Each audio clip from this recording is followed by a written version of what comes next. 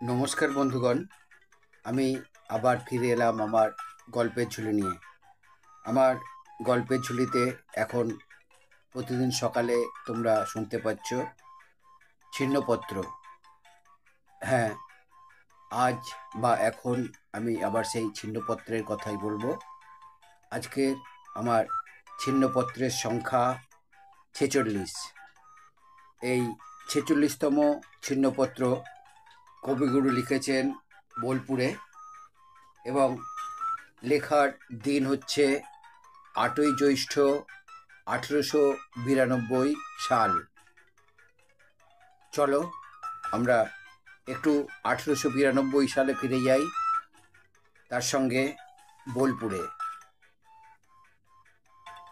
রসিকতা জিনিসটা বড় বিপদের জিনিস।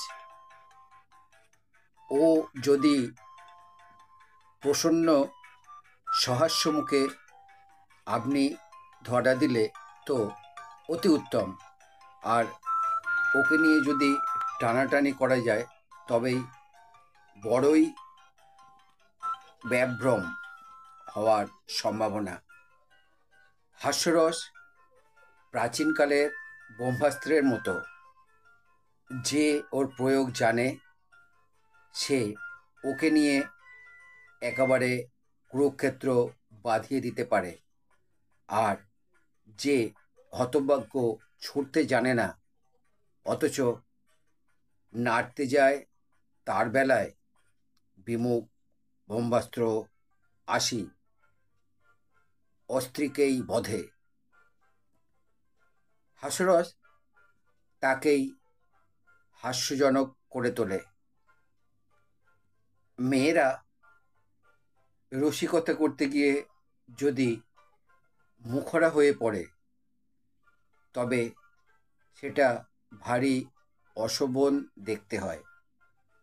আমার তো মনে হয় কমিক হতে চেষ্টা করে সফল হলেও মেয়েদের সাজে না, নিষ্ফল হলেও মেয়েদের সাজে না, কারণ কমিক জিনিসটা ভারী গাবদা এবং প্রকাণ্ড। সাবলিমিটির সঙ্গে কমিক্যালিটির একটা আত্মীয়তার সম্পর্ক আছে। সেই জন্য হাতি কমিক, উট কমিক, জিরাফ কমিক, স্থূলতা কমিক সৌন্দর্যের সঙ্গে বরঞ্চ প্রখরতা শোভা পায়। যেমন ফুলের সঙ্গে কাঁটা, তেমনি শানিত কথা মেয়েদের মুখে বড্ড বাজে বটে, তেমনি সাজেও বটে।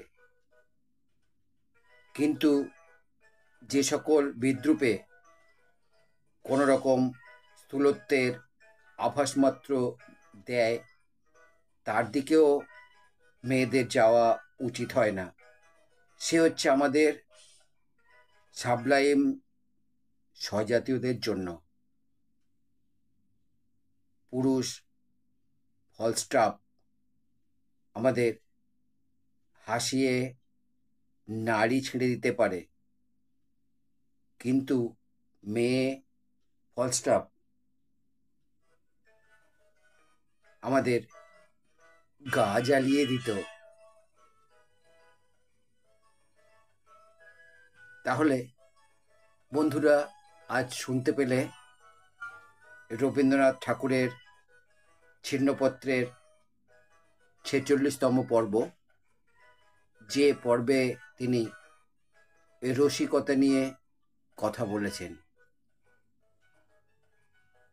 রবীন্দ্রনাথ ঠাকুরের রসিকতায় মেয়ে পুরুষ দুজনের মধ্যে পার্থক্য করেছেন কার সাজে আর কার সাজে না। তাহলে তোমরাই বিচার করো, আমি তোমাদের ওপর বিচারের ভার দিয়ে দিলাম। আমার আজকের এই ছিন্নপত্র যদি আমার বন্ধুদের ভালো লাগে তাহলে আমার চ্যানেলে এসে লাইক, শেয়ার, কমেন্ট করবে। আমার চ্যানেলে নতুন বন্ধু হলে চ্যানেলটি সাবস্ক্রাইব করবে এবং নতুন পুরনো সব বন্ধুর কাছেই আমার একান্ত অনুরোধ, আমার চ্যানেলের বেল আইকনটা অন করে রাখবে। তাহলে আমার পাঠানো সমস্ত প্রোগ্রাম খুব সহজেই তোমাদের কাছে পৌঁছে যাবে। আবার নতুন গল্প নিয়ে, নতুন ভিডিও নিয়ে, নতুন প্রোগ্রাম নিয়ে তোমাদের কাছে ফিরে আসব। নমস্কার বন্ধু।